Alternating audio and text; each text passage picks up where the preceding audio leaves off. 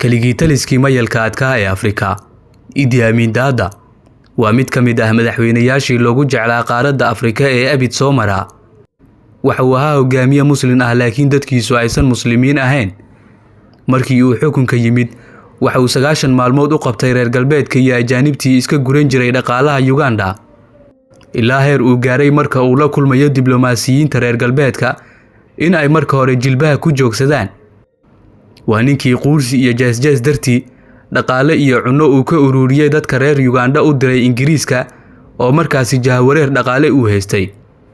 Nacaybkii uu u qabay Yuhuudda, qorshihii uu soo bandhigay si uu Falastiin u xoreeyo, iyo ugu dambeyn sidii uu ku dhintay. Warbixintan ayaan ku eegi doonaa sheekada geesigii Afrika General Idi Amin Dada. Haddii aad nagu cusub tahay ku soo biir bogeenan Xuseen Xaaji Xasan, muuqaalkana sii faafi. Idi Amin Dada waxa uu ku dhashay magaalada Koboko oo ku taala waqooyiga Uganda sanadkii 1924. Waxa uu ahaa wiil yar oo ku barbaaray Islaamka iyo barashada diinteena suuban.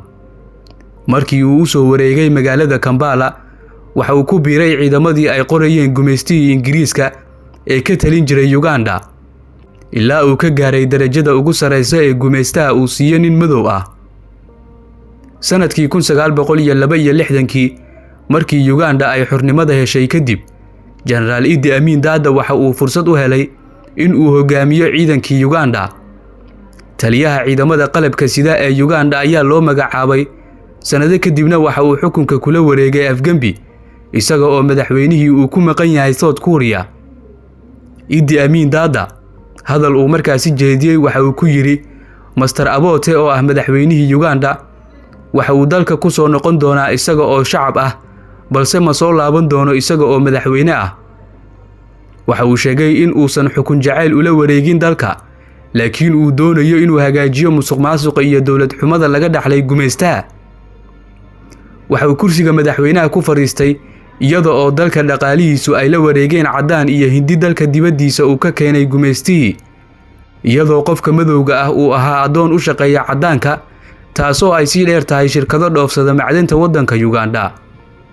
Muddo sanado ah kadib, Idi Amin Dada waxa uu faray ajaanibtii joogtay dalka in ay muddo 9 maalmood gudahood ah ay dalka isaga baxaan, haddii kale in la gubi doono. 65,000 oo ajaanib ah ayaa cabsi badan ay soo food saartay, kuwaasoo ganacsiyadoodii albaabada u laabay. Inkasta oo ajaanibtii waddanka la keenay ay dhiseen daara dhaadheer, haddana dadka Uganda u dhashay rag iyo dumarba waxay shaqaale u ahaayeen ajaanibta, halka ay ajaanibtuna ahaayeen dadka kaliya ee baabuurta raaxada ku dhex mushaaxa Kampala. Markii uu yimid General Idi Amin Dada, waxa ay maalin ciidaad u ahayd madowgii ku noolaa waddankan ku yaala bariga Afrika. Hadaladiisii waxaa ka mid ahaa, waa inaan arkaa dadka madowga ah ee Uganda u dhashay oo maamulaya ganacsiyada wadooyinka ku yaala.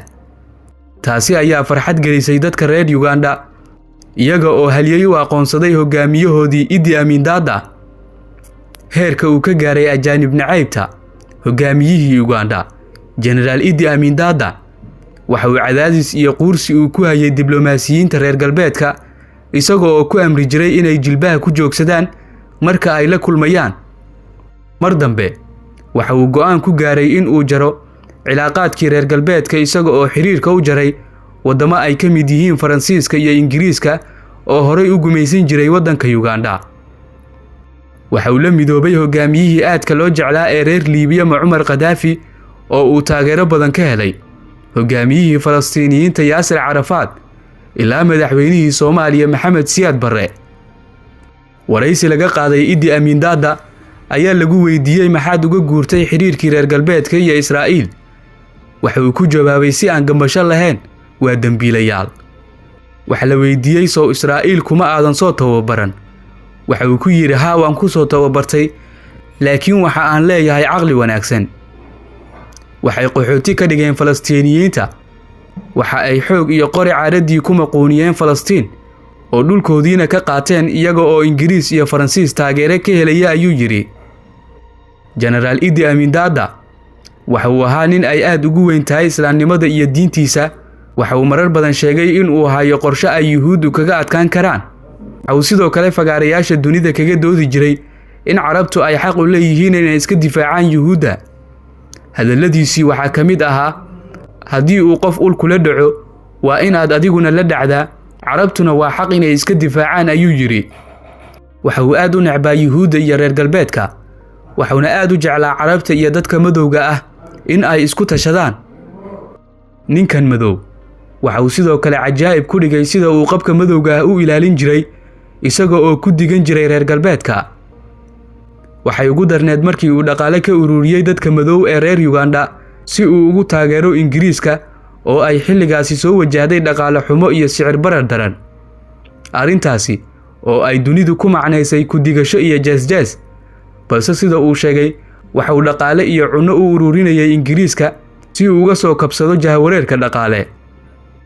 8 sano oo dahabi ah ayaa muslimiinta iyo madowgaba soo maray qarnigii tagay, waana intii uu xukunka joogay Idi Amin Dada, ninkii xoreeyay dhaqaalihii waddanka Uganda, hogaamiyihii xorriyadooda dib ugu soo celiyay dadka reer Uganda. mid ka mid ah hogaamiyayaasha Islaamka ee ugu daacadsan ayaa loo aqoonsaday Idi Amin Dada. ninka fog musuqmaasuqa iyo xatooyada xoolaha dadweynaha ayuu ku sifaysnaa sida uu qiray xogaayihiisii gaarka ahaa oo mar dambe la wareystay. koox mucaarad sheegatay oo laga soo abaabulay gudaha waddanka Tanzania oo xuduud la leh Uganda ayaa rabshado ka bilaabay Uganda ilaa ugu dambeyn uu madaxweynihii Uganda isaga cararay dalka. waxa uu baxsaday waddanka Liibiya ilaa uu sii gudbay Sacuudiga, halkaas oo uu ku geeriyooday Idi Amin Dada sanadkii 2003. inta uusan geeriyoon, waraysi laga qaaday isaga oo Sacuudiga ku sugan, waxa uu muujiyay in Uganda ay u darsatay. waxa uu yiri, laygama adkaan laakiin waxaan u turayay magaalooyinkii aan dhisay in aan gacantayda ku burburiyo. waxa uu yiri, waxaan ahay hogaamiyihii ugu faqrisanaa reer Uganda, mana soo heli doontid xisaab lacageed oo ii taala bangiyada dunida. damacaygu waxa uu ahaa inaan u shaqeeyo dadka reer Uganda ee ma ahayn inaan ka shaqaysto ayuu yiri. allaha u naxariisto Generaal Idi Amin Dada.